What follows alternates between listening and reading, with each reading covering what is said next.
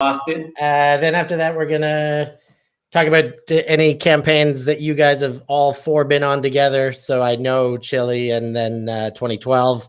And just have a gas bag about it. Any moments that stand out as the most special, as the greatest moments in those campaigns. And then we'll go to some hot takes on nationals. Who's going to win? Who's going to be in the semis? And then because GAC is a Div 2er, we'll have a quick chat about Div 2. We'll have a very quick chat about the ladies. Tom is trying, but it says I've lost connection with the host. Okay. All right. While you worry about that, I'll grab a Sharpie. Yeah, you go grab your Sharpie. It's going to be just you, and you can do an introduction now. Get your life, mate. 12 o'clock, eh? I told you. We are live.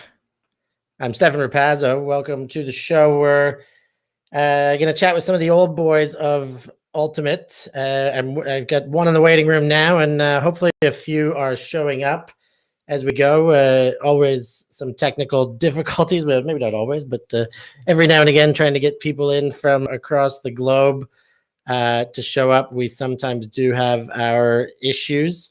So we are waiting, but I have one guest, and that is... you will find out very soon who it is.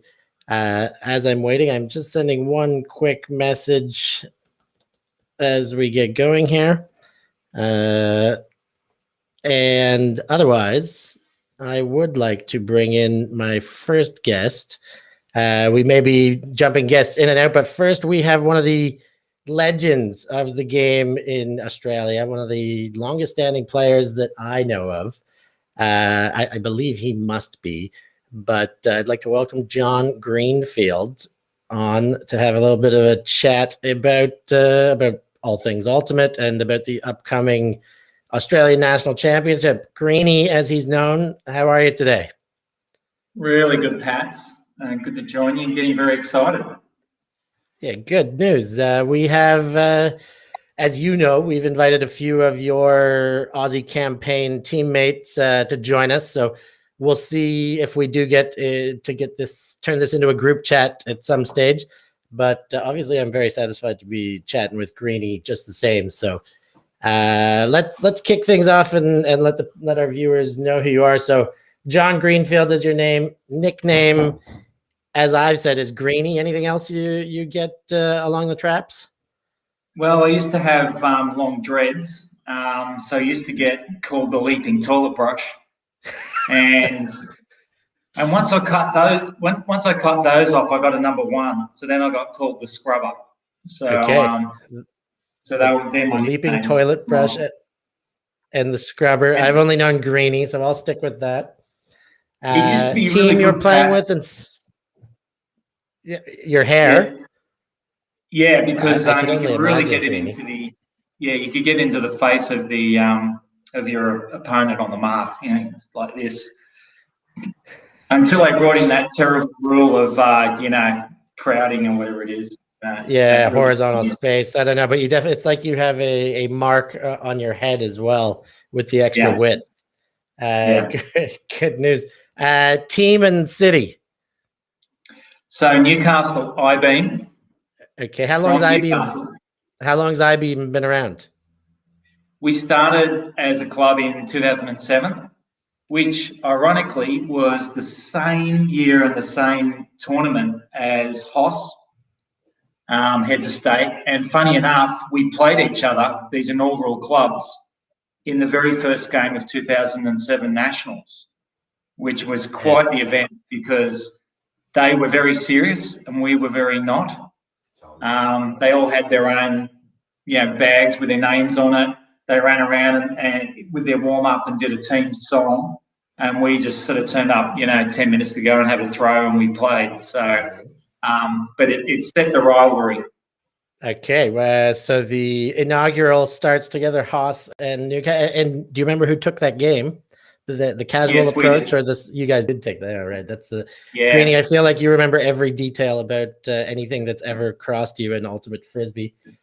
We do have one more guest with us now, so we're going to let him in while I keep asking Greenie the questions. But I think I've got the man known as the GAC, Tom Rogacki. So, Tommy, how are you? Good, Rappazzo. Sorry, let me get my camera right. I had a bit of technology issues, but nice to join you. Yeah, good to see. I will avoid any questions of the weather and get straight to the point here. I'm gonna keep Greenie on his little intro, and then we're gonna shift over to you. So, Greenie, age, how old are you? 52. 52, and still playing Div 1 Nets. This is unbelievable. Years playing? 28. 28 years playing. And last championship you've won? 2010. With IB? Okay. Yeah. At Adelaide. At Adelaide. And take us back to 28 years ago. What do you remember about the first game of Ultimate you ever played? Well, I think you know that I started in Antarctica, actually. And then I lost the Frisbee of the guys that I went down with who played. And so my penalty was I had to play with their club when I got back. But the first tournament I actually shared with this man here, Tom Rogacki. We both played the Melbourne Hat together, which was our first tournament, which was really memorable because I just saw this gangly 17-year-old who took the highest catch I've ever seen in my life, and still to this day, I reckon the highest catch. So high, he actually left cleat marks on the face of his opponent and came down and broke his arm. No way. Yeah. Wow. Okay. Well, so that takes us back to the beginning and takes us back to a great segue to move over to Tommy here. So we'll start with you, Tommy. We know your name, Tom Rogacki. Nicknames that you hear while you're playing Ultimate. What do you get? Look, it's been GAC over the years from there, and it started actually. I think Greenie was there in 1998 or 96. Actually, I think we were training for Worlds, and Jim Garvey, the captain at the time. We had Tom Brennan, and there was Tom Rogacki, and you can't have two people named the same. So, why do you need a nickname if you know Jim is big American, aggressive? And he turned around and just looked at me and said, GAC. I think I like that GAC. That's funny because it's like in America it means you drop it. And so he just coined GAC and it stuck for a while. So, it's been I feel like that's the only way I've known you, or definitely the first way I knew you. You were the myth as GAC before you were ever Tom Rogacki to me. Team City, where are you playing? What's your team? Just shout it out.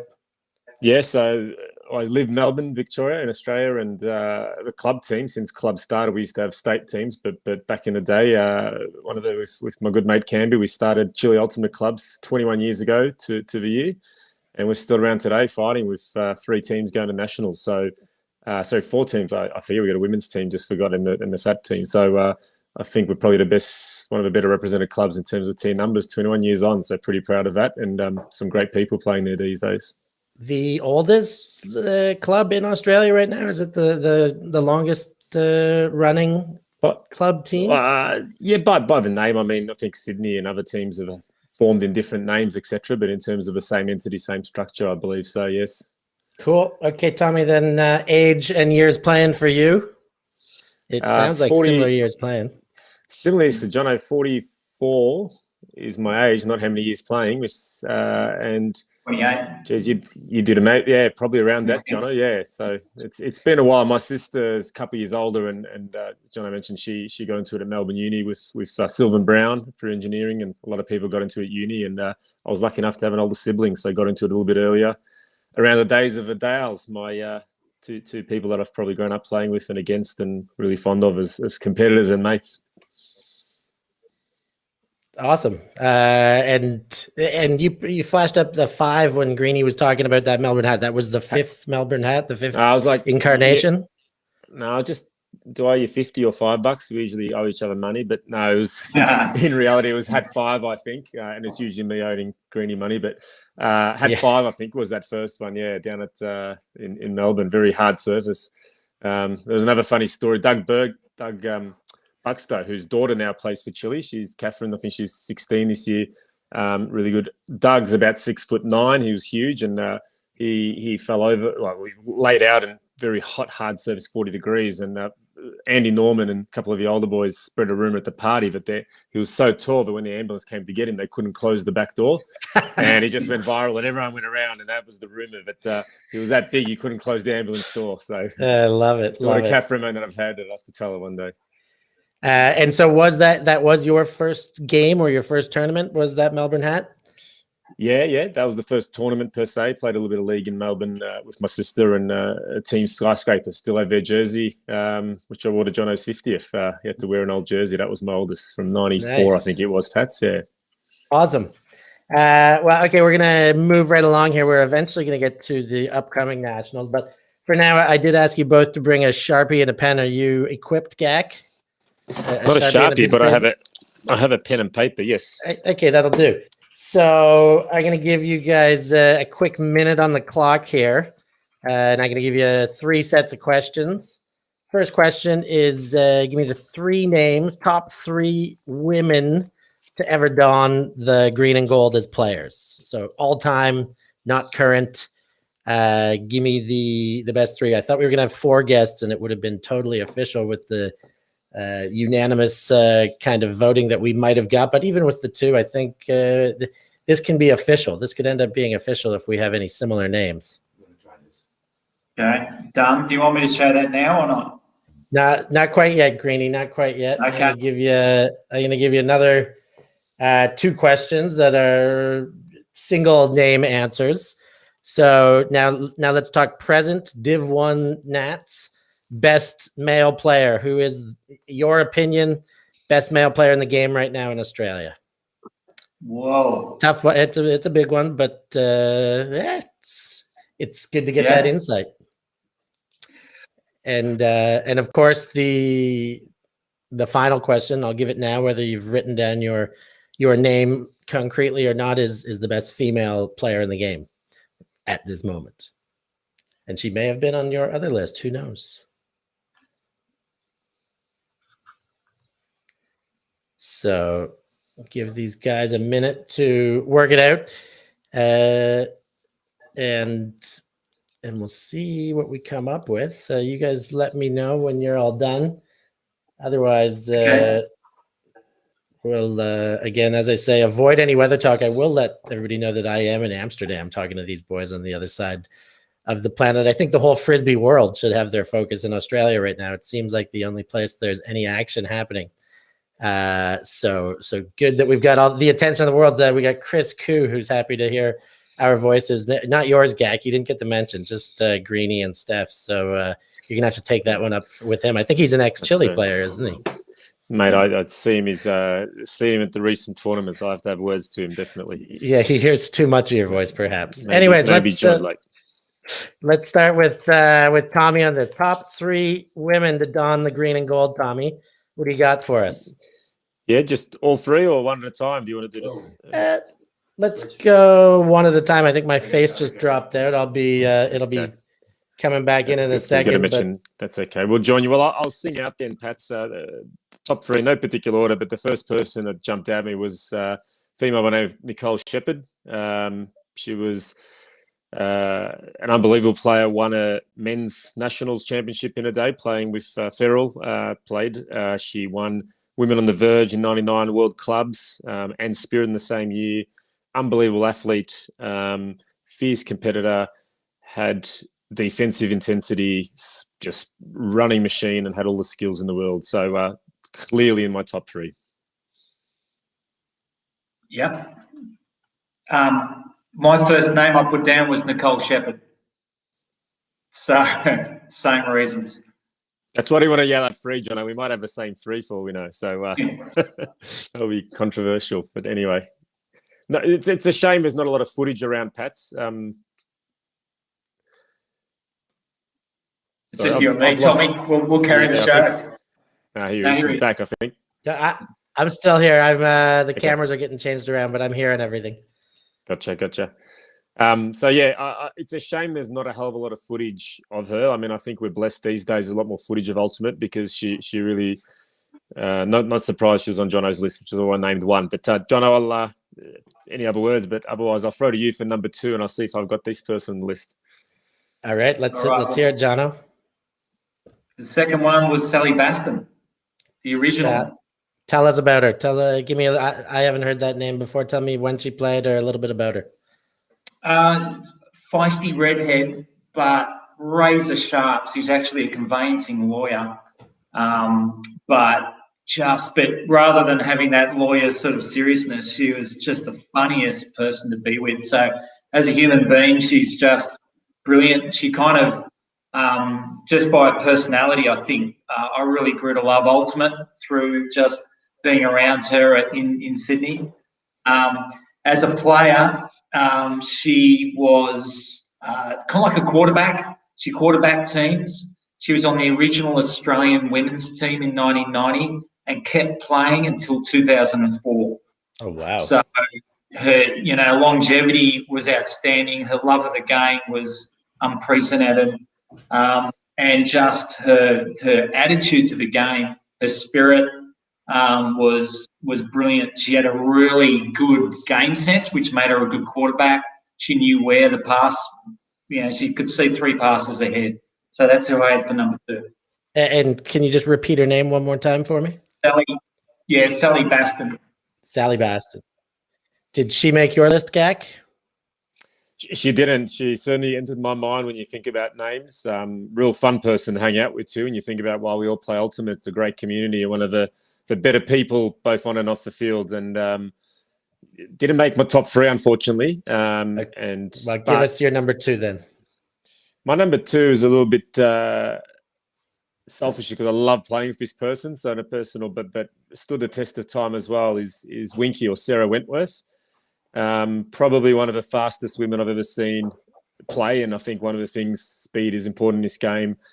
Originally as a defender, as a receiver, can now absolutely throw and handle. I mean, I've played with her in that many international tournaments, had a lot of success from every time I've played with her, we seem to win something, and just love throwing to her. She just makes throwing look so easy because she just catches everything, but is very, very smart. And I also think about her in her younger days when she was playing for Australia through to playing, you talk to John and I, she stuck through it and through 3 kids along the way as well. And that's not easy to do for women. As you know, we have our unbroken cycle. So when I think about her journey, what she's accomplished on the field, and again, a great person, she was there in my top 3 of all time.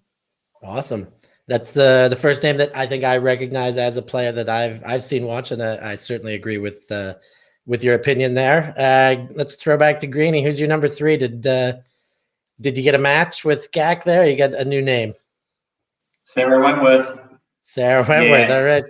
So we've got 2 and 2 so far. Anything else you want to add about Winky as she goes, about Sarah Wentworth, before we go back to Gak's final name? Well, coming back to why we love and play Ultimate, just the friendships that you can carry along the way. She's been a great friend for many years. And I just think the world of her. I think she's been a great ambassador for the sport. Awesome. And let's go back to the big man, yeah. Tommy. Who do you got as your final name there? I will name, just on a negative for Sarah. Just married just a terrible fella in Sasha. She could have done a lot better. She was obviously settling, where Sasha was reaching, and I hope he's listening. That's funny. I did just watch the semifinal of WGC 2012, and I just watched the first goal of that game go from Tom Rogacki to Sasha Weidler. So I'm sure you're full of sarcasm there, but I do hope he's watching as well. Absolute sarcasm. This will see how far your reach goes. Look, my third, not third in any rank, just the third player I had in my top 3 list overall, and could easily be warranted anywhere in the top, is a current player and someone I think all our viewers will be familiar with, in Kat Phillips.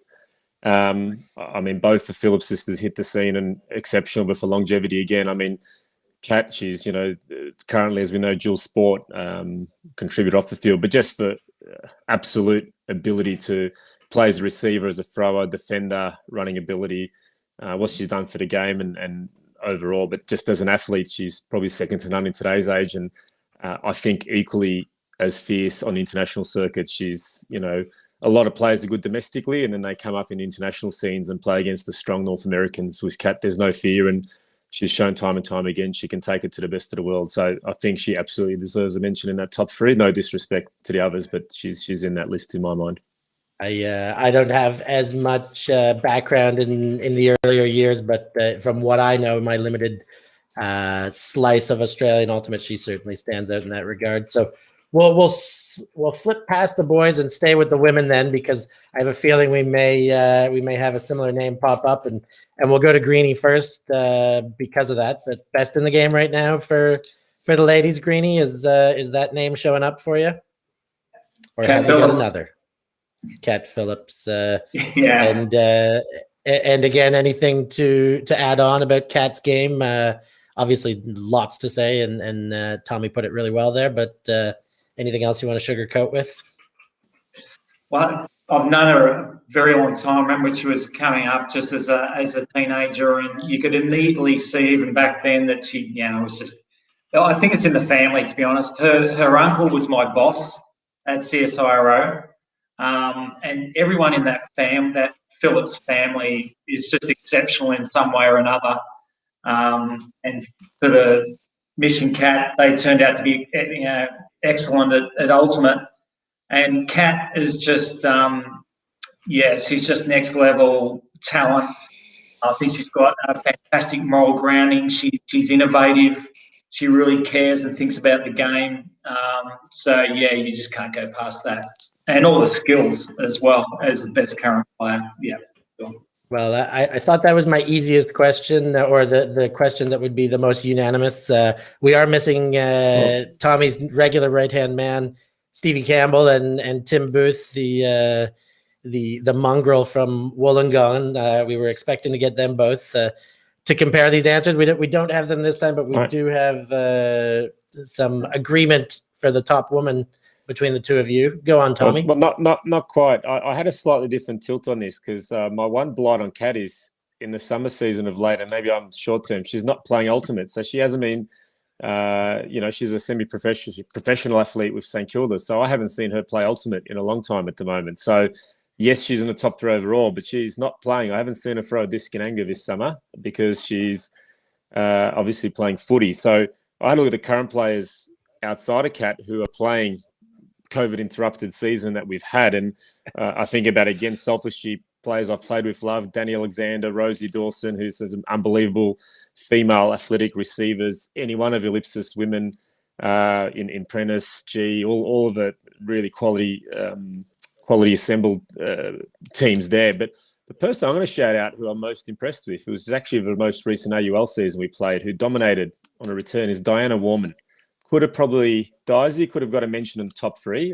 Originally played in England, 6'5", I think, tall, throwing skills, and she just, last time I saw the women's game played nationally, she just absolutely anchored the Manly team offensively, couldn't be broken, and currently is probably the best player out there. But that's, the challenge out there to Kat to take off her footy boots and put her Frisbee cleats back on. Well, I did just chat with Kat the other day, and I know that her teammate was celebrating their elimination from the footy season. So she is back, but only just. So we'll see if she can shake the rust off quickly or not. Awesome. Okay, I think the more difficult division to pick the best current player is the men's division. In my head, there's a bunch of names swirling around. I think that was a division where both of your names popped up a whole bunch about a decade ago, maybe a little bit less. But there's a new crop coming through now, and there's a lot of names. Which ones? Let's say which one popped up, and then maybe you can elaborate if there was some close calls. Greenie, why don't you kick us off here? Well, I had to resist the temptation because I know you'll be wanting me to put it down, was Tim Lavis. And I resisted the temptation for Lefty and Ryan Davies, who's also on my team, who I have the greatest respect for. But I've actually probably gone something a little bit controversial. I went with Mike Neal. Not that would be controversial, going back even a few years, and given that he was captain of Dingoes in 2016. But he's sort of taking a back seat in recently, and he's sort of. I actually think he downplays himself. I actually think he's still the best player out there. He's got the experience now, but he's still incredibly athletic, very fast, and a really good read on the game. So I'm actually going with Mike Neal. I love that pick. Love everything about Mike. He's one of the first Aussies I got to meet playing up in Brisbane, BPL. I still remember our team, the Dojo Mojo, had a 5-point lead in the final, and Mike Neal scored four of the next 6 goals, and I think he assisted the other one. And they went on an amazing run, which was horrible for me. But from that point on, I've always revered Mike as an exceptional, dominant player. So I definitely respect and agree with your opinion. Tommy, who do you got? I didn't go Mike, although very hard to argue with Phat Greeny. And I think, again, part of this last sort of 18 months, Pats, you're sort of stuck in regions, so haven't been able to see as much of a men's. And again, you sort of go to the Victorian, for me, players who and, in my own club, I would give a shout out, who wasn't my pick, James Osman, who's becoming a bit of a Mike Neal type, same height, and now it's funny when you get these tall players that learn how to throw, they become incredibly dangerous. And that's what Mike became as an out-and-out receiver. You mentioned the 5 catches, 1 assist. I think Patsy could easily do the reverse today with his ability. So, tall players that can do that.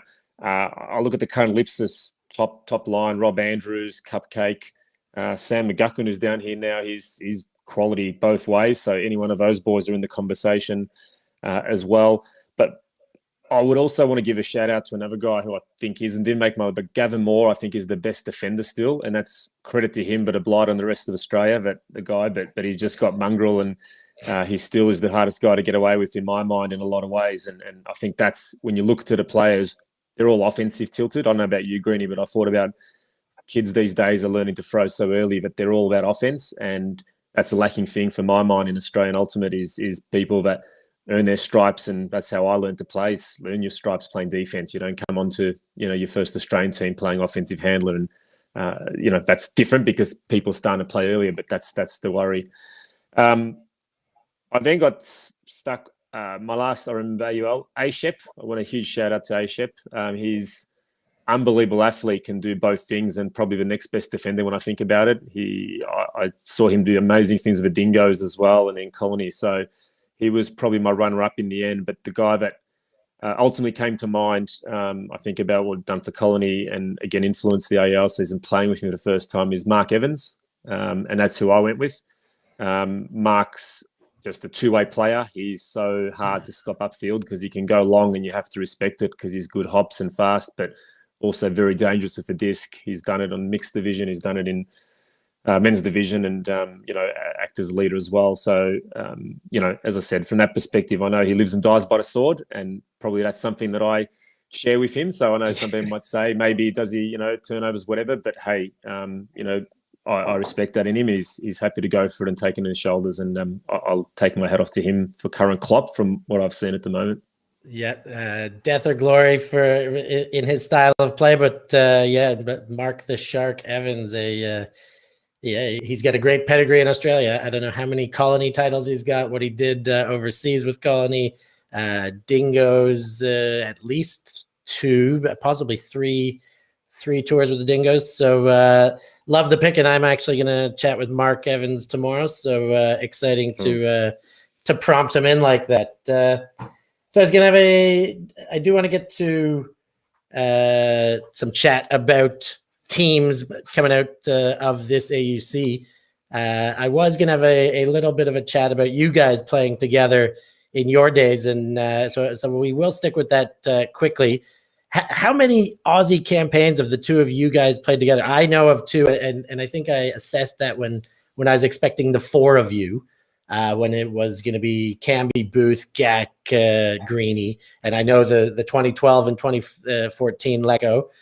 Maybe there was others that all 4 of you have been on, but surely there's more that the 2 of you have been on together. Tell me about the ones that stand out or that you remember, or or the shining moment, or the first green and gold? Go ahead, Gag. I'm gonna go because there's one that stands out. And if you talk to anyone that was on this tour, and all four of us were on this tour, Pat, so you, Timmy, Camby, Greenie, and I, it's by far and away the best campaign Australia's ever had, which is the 2004 bronze medal winning Dingoes, and our tour of the US and then on to Finland to collect bronze that year. Unlucky to lose to the Condors in the semis. Amazing. It's probably the first time that we've done a proper pre-tour. Like, we spent a good chunk of time in the US and beat most of the teams from back then to Furious George to Sockeye, Boston. I mean, we had a really strong lead up and really got battle hard and hell of a lot of good times, which I'm not sure what rating this is. I could tell you a few stories, but Pat, so I don't want to have any complaints for your channel, but if you catch me at the fields, any of your viewers that want to catch Greenie at the fields will tell you what really happens on tour.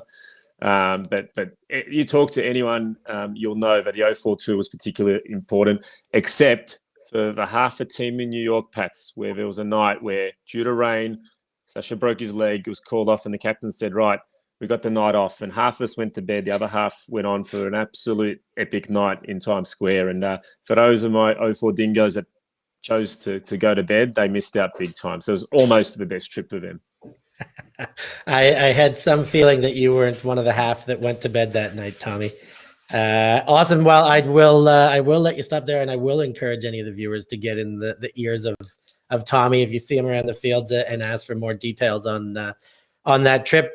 Greenie, I saw you doing a lot of nodding. There's certainly some agreement. Anything else that stands out about that one, or another notable campaign for the two of you or the four of you that's in your head now? Well, just on that 04 campaign, I think it all started with the very first game of the tournament. And the lead up to that was that it was going to be the showcase game, the opening game in Turku in Finland, was going to be in our pool, and it was going to be US Finland. But they were worried that they were going to have a home loss to the US. So then it changed. So then they brought us in, okay, because Finland had never lost to us, ever. And so they brought the Dingoes in to play, to be the sacrificial lamb to go down to the home team. And we beat them 17-15 in a classic match where we just showed our true colours, and all of that work that we put in the pre-tour all came through. So, yeah, it was a special tour, a special team. Yeah, the Scandinavians. Who was the captain that year? That was Potty, and vice captain was Chris Warris. Okay. And go on, Tommy, about the Scandinavians. I was just going to say the Scandinavians were particularly strong. People forget, like, now they've, in the sort of early 2000s, that, Sweden, Finland are extremely good back in those days. And just to give you a taste, my first Worlds with Greenie, so talking about history, was 98 when I first went, and we were in Minnesota, and we played Finland 3 times, once at Worlds and twice in lead-up tournaments in Milwaukee. Lost to them all 3 times and solidly. So shows you the sort of progression. I know 6 years on, but, to have in front of your home stadium and a reasonable crowd for Ultimate too. There was a fairly good crowd there that day with great support from many Australians that were there. It was, we certainly had good support from the few Australian teams that were there, which is great, unique about our sport and when we travel together. And unique about the Aussies too. They tend to make themselves very loud, no matter how big or small their numbers are. It's a very common sight with an Aussie crowd. They get loud and rambunctious, and it's always good energy received on the field. Who Definitely went to the final on the other side of the bracket? If you lost to the Condors or US in the semis, what was it, a Canada-US final in the end? Sweden. Sweden did go. So Sweden, we played for bronze, and Canada, Canada was still, that was Furious George's era at that time. So in 04, it wasn't actually the US. Furious George was the dominant. They won Worlds multiple times. So you'd be happy with that, Pats. The Canadians were dominating for Ultimate for a while, but it was one particular super team in the men's division. The women were dominating the women still, but Furious just attracted a unique crop of players. Andrew Lugsden, Mike Grant. Probably, if you talk to me, top 3 ever, Mike Grant would probably be number 1 on that list in my mind, with a few others. Wow. Mate, the list could go on in terms of that crop of players from Furious, and sort of from 98 when they surprised and won their first Worlds as a very young crop, upsetting Japan actually in 98 Worlds, right through to I think 08 when they won 3 Worlds in a row. So over 12 years they dominated the men's. I definitely remember those days. I got to watch a fair bit of it, and I think I was there at the final in Vancouver, which was the last of their winning days. I guess that 08. So let's go. Yeah, oh, sorry, I'm just going to say one other thing unique, probably just with this crop. You're talking about the old boys, and we might be boring people to death. I did notice Daniel. I think it was a comment from one of you, Daniel, that mentioned Clinton, Mark Evans. I forgot to mention. Yeah, he's also played college. We forget about that as well. He's accomplished over in the US. So. That's an extra little reckoning just to show you why he's better than Mike Neal, Jono, just why my recommendation is better than yours. But the unique thing about Greenie and I is, and with Tim and Cam if they were here, is we've played in different divisions too, Pat. So, one of the unique things, and we'll talk about it, Greenie's still doing Div 1, I'm doing Div 2 this year, but we've played Open, we've played Masters. It's great being able to choose what suits you at the time, if you like, for lack of a better word. So, I played my first Masters in Prague in 2010 and then went back and played World Games. So we sort of jump around with who you want to play with, where you can. And Greenie's certainly been part of most of those 20, however many years it's been. Well, it's put a core together, the best core together that can chase a championship. No, what's our best chance to win this year? And then pick that division. I mean, you say Opens and Masters, you went back to mixed even with the Mondays in London. Yep. Was that your last mixed trip for a campaign? So work the circuit, chase the medals. You got to get that gold. We got to get that gold. But let's go some hot takes on AUC here. And I will chat a little bit about Div 2 since you're heading that way, Tommy. I think it's one of the first years where there's multiple clubs with teams in both divisions. So you mentioned Chile's got men's, women's, plus D2. Haas has men's, women's. I imagine D2, Div 2 as well. Ellipsis has men's, women's. I think just Div 1. So there's, I think, for the first time, the potential for a double champion. And I think based on the people I've talked to, Bella, Max, Liam, and Dom, I'm getting this opinion that a double Ellipsis championship is got some high potential. What do you guys think about that? Do you see different let's talk champions in both divisions. Do you see that as having high potential, or is it going to shake out another way? Let's go Greenie. Look, Ellipsis. So I'd say it's going to be Colony Ellipsis final. Okay, unless we can snag it. But they surprised us. We played them at Canberra Cup, and what marked that game was their younger guys who'd been, they've gone through 24s or whoever. They're really young. They've all stepped up, so they're all now just seasoned players and really effective for Ellipsis. So they've really come together well. So I think Ellipsis are going to be very strong. They did lose out to Colony in the final of Canberra Cup, but that was their sort of first showing against that crew. They are definitely up there. Women's, I'm expecting Ellipsis to win, and I think they'll beat Manly in the final. So there's there.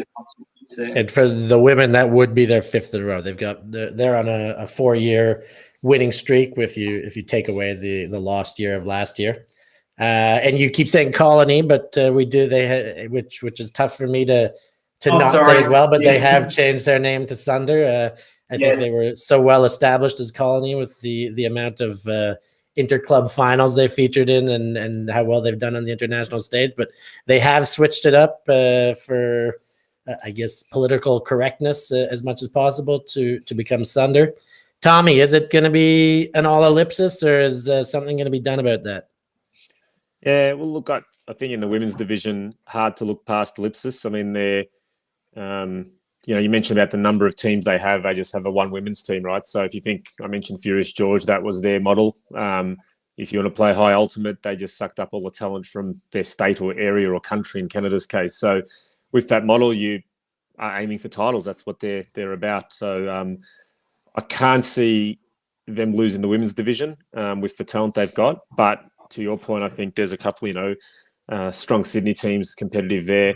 I think men's it's a very interesting one because the defending champion, correct me if I'm wrong, is actually Brisbane. So I'm not sure if it's the first time you haven't got the defending champion there. So that's a very unique set of circumstances, and a shout out to all the Queenslanders who unfortunately can't be at nationals. It's a unique situation in Australia, and I'm sure particularly defending a title would be fairly gut-wrenching. Having said that, it is a tough season, so I think the winner's going to come out of Sydney or Melbourne. I say that, sorry, not Sydney necessarily, Sydney, ACT, Newcastle as well, Jono, and I think you haven't been able to have, there's been the one Canberra Cup, it's been a lot more domestic competition, so it's toughened.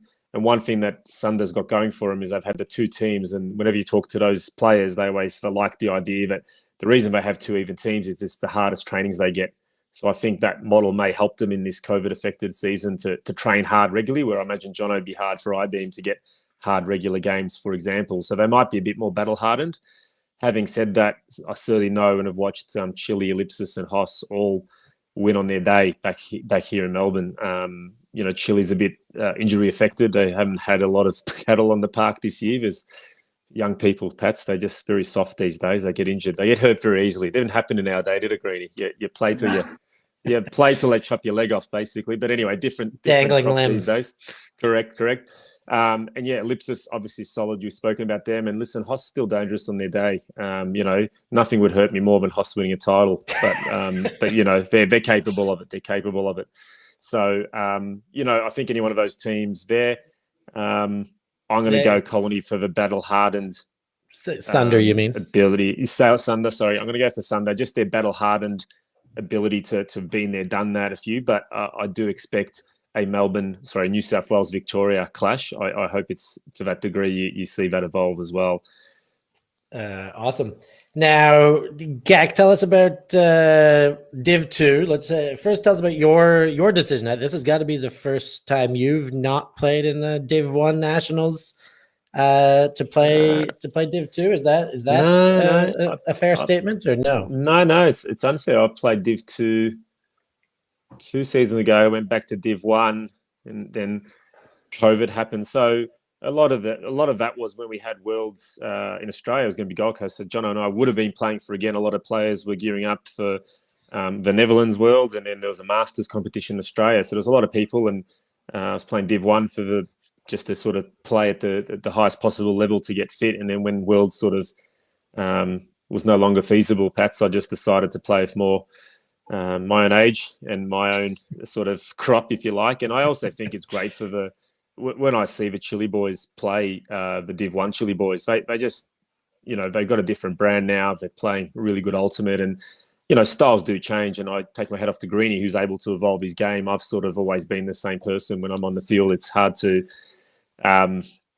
play. The game's played a bit differently when I'm on the field, Pats, for better or worse, I'll say that. I understand exactly what you're saying. I think Greenie's got something to chime in on here. Yeah. So, to help the boys develop, and for me to just have a bit of lifestyle, the Phat Chile guys, I think we're going for our 5th title in 5 years, or including a drawn one where it's possible. So the Chile legacy from the early days I spoke about lives on in the Div 2, and it's an interesting combination of young athletes up and coming who maybe can't quite make Div 1 teams, with a few of the older crops such as myself who maybe are past their prime. So it's an interesting mix there, and the best combination of young and old will probably win Div 2, would be my observation. Well, that bodes well for you. Greenie, what did you were about to chime in there, but what did you have to say about that?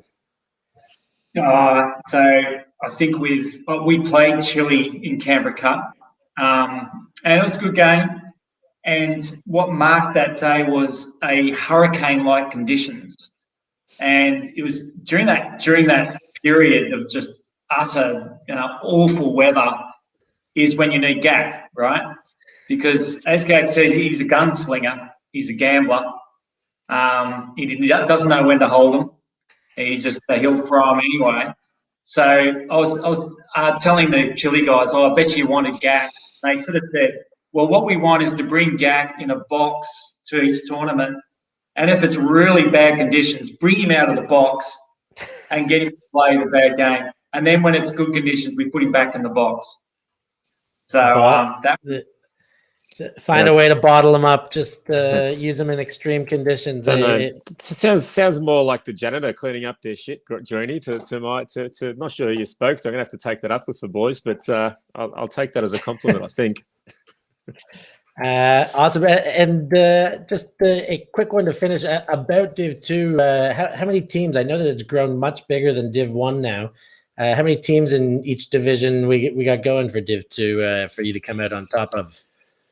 It's funny because the redraw of Brisbane came out. It's definitely because Div 1's capped at 12 or whatever it is, I think, these days. I think we had 16 in the men's. I have to do a recount because of the Brisbane contingent, but there's definitely more teams because I guess there's no criteria to qualify, so to speak, so it is a little bit easier. I know there's a few good players. I know Wavy Dave, for those that know Dave O'Brien from Manly, had a shoulder injury. It's a shame he won't be there. I hear Jono Holmes is going to be there if you think about quality players playing for Canberra. We mentioned Sasha Vidlis. There's some great old quality talent and some great young up-and-coming kids who, as I said, maybe just haven't been playing long enough yet to break into those Div 1 teams. So, look, it's competitive. It's fun. We've only got the 3-day tournament, but it's really nice this year, Pat, that we get to go and play at the same location as Div 1, which is credit to Canberra putting it on. Personally, I'm going to stay on for Monday and watch the Div 1. It would be great to see the ultimate, and I'll be happy to be heckling there on the sideline as opposed to running around. I'm not sure I've got a day 4 in me these days. Well, we'll be happy to see you one way or the other end of the cameras. I know ulti.TV is shooting AUC Div 1, and they've actually taken it upon themselves to shoot Div 2 as well. I think they'll have at least one field at Div 2. So we'll get some action. I'll get Mikey Palmer's here to make sure we get some chilly action on those Div 2 fields. And I look forward to watching both of you. I did just see before we end the call, I saw that this is the first time there has not been a defending champions going all the way back to 94. So you were right about that premonition of yours. But I'd just like to thank you guys again, taking some time out of your evenings in the lead up to the tournament. I think it's great to get insights going into a tournament, especially from two legends of the Australian game like yourselves. So Tommy, Greenie, thank you guys very much. It's been a pleasure to have you on. Thanks, Pats, for the support on ulti.TV. Tell Mike if he does tune in, we'll do a no look for him in one of the games. Just courtesy of you, Pats. We'll do a shout out to you in one of those games if they film us. I'm going to hold. We can get away with that in Div 2. Beautiful. You know I'm good for it. I do know that much. And Greenie. Awesome stuff. Thanks, Pat. Love your work. Good. Tom, I'm going to give you a quick call if that's all right. All right. Well, thanks all you viewers. Make sure you tune in again. We got Mark Evans coming up tomorrow. And more than anything, like, subscribe, comment, do all that stuff with ulti.TV. Get on, watch the ultimate, support the broadcast, and we will be back with you very soon. Thank you for joining.